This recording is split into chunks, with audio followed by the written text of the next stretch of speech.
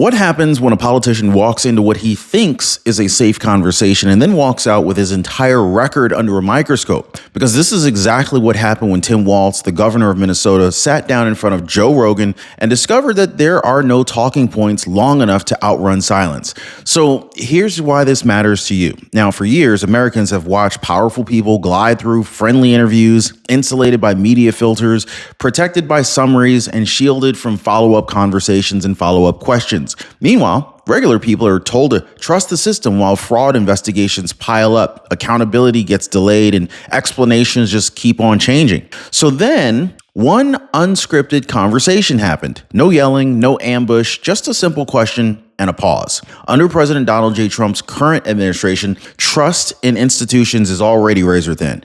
Federal agencies like the Department of Justice and the FBI are actively involved in Minnesota-based fraud cases. So when Tim Walz passed, his policies and his explanations suddenly collided with Joe Rogan's calm curiosity, something snapped. Not on camera, but in public perception. This wasn't a viral gotcha. It was worse than that. This was Americans realizing in real time that the story that they were told might not be the whole story. Now, once the door opens, there ain't no closing it. So stick with me, guys, because what you're about to hear and see, this explains why this moment didn't fade and why it is still unraveling right now. Drop a like and subscribe for the video. Really appreciate you guys. This was never supposed to be hostile. Tim Walz, the sitting governor of Minnesota, did not walk into Joe Rogan's orbit expecting resistance. He walked in expecting what politicians are used to: polite framing, controlled follow-ups, and unspoken agreement that the past stays summarized. But this happens during President Donald J. Trump's second term, when institutional trust is already cracked, and that timing matters because in 2026, people are not listening to reassurance. They're listening to inconsistencies. Joe Rogan doesn't debate legacies, he examines them. And the moment Walz realized this wasn't applause territory, he could feel the shift. Answers slowed, language softened, certainty turned conditional. The resume stopped carrying the weight that it used to. Walz entered expecting validation. He left under inspection. Not because Rogan attacked him, but because Rogan just didn't excuse him. That's the danger.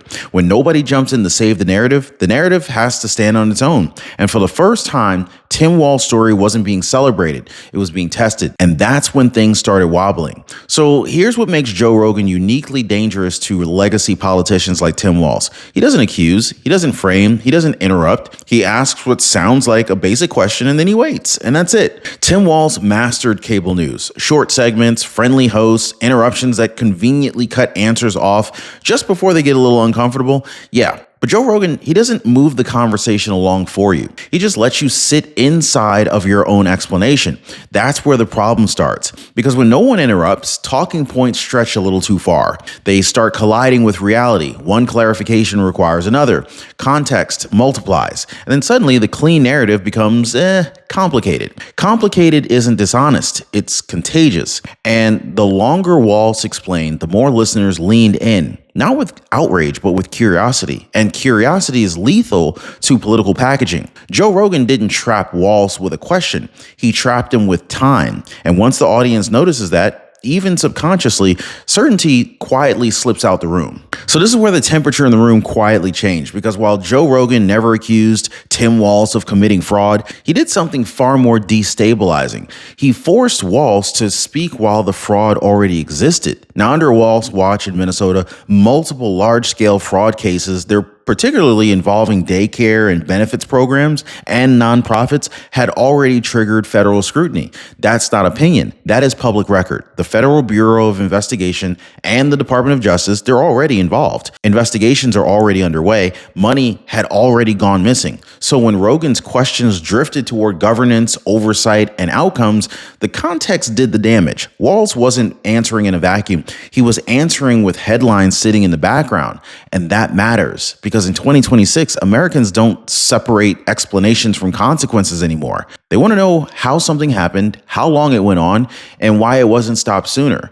So this wasn't some rumor being introduced. This was a reality being reactivated. And once fraud is back in the conversation, every answer gets heavier. And this is exactly why people are so on edge right now, because when the system fails quietly, the damage doesn't show up in headlines. It shows up in people's lives. A woman recently told me that her emergency fund vanished after just 2 medical visits. Her Medicare plan covered the appointment, but not the procedures. Same doctor, same month, completely different bill. She said, "I felt broke again overnight." That's how fast it happens. This is why I partner with Chapter. They don't sell you plans. They review what you already have, and they catch the gaps before they wipe you out. Because one bad month should not erase years of discipline and saving. Now, most people don't even realize the risk until it's too late. This is why so many people are calling the phone number right there at the bottom of your screen, 909-563-8279, or they're clicking the link in the description down below to go to askchapter.org/Ron, completely for free, by the way, for the Ron Yates community.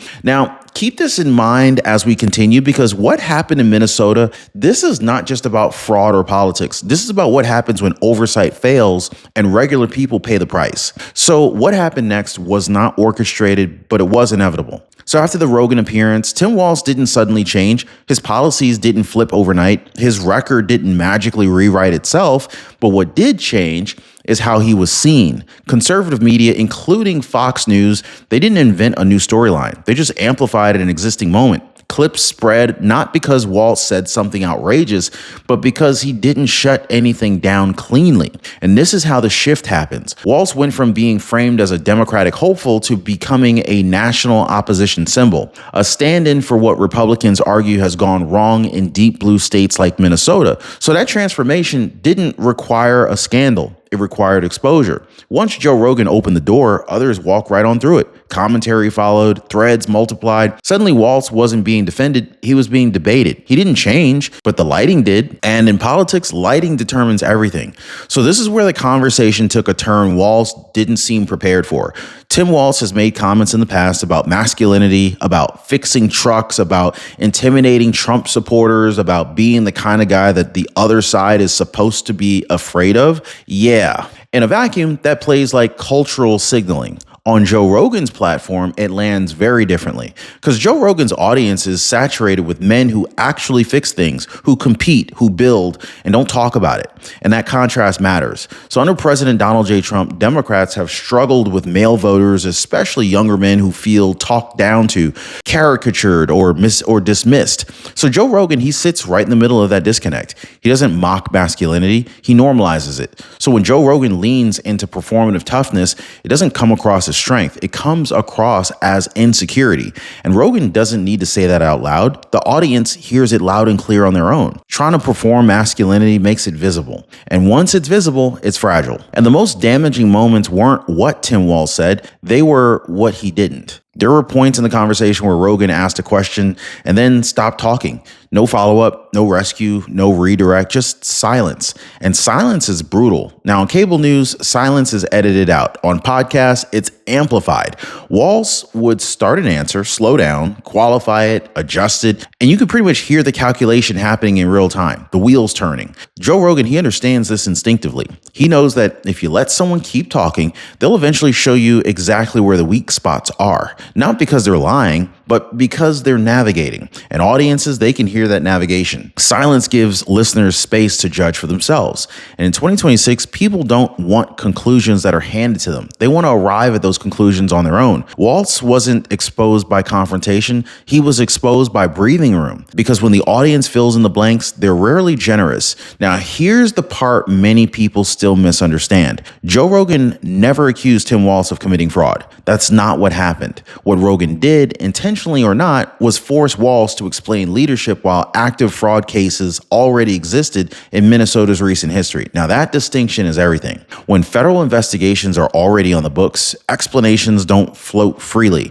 They carry weight. Context becomes pressure. Every answer is heard through the lens of, this already happened, so why, right? And so this is why the conversation felt heavier as it went on. Walz wasn't defending against the claim. He was navigating around an environment where trust had already thinned. And in moments like that, Precision matters because vague answers don't sound cautious anymore. They sound evasive. Not because guilt is implied, but because responsibility is unavoidable. You don't need an accusation when the room already has doubts. Context does the work for you.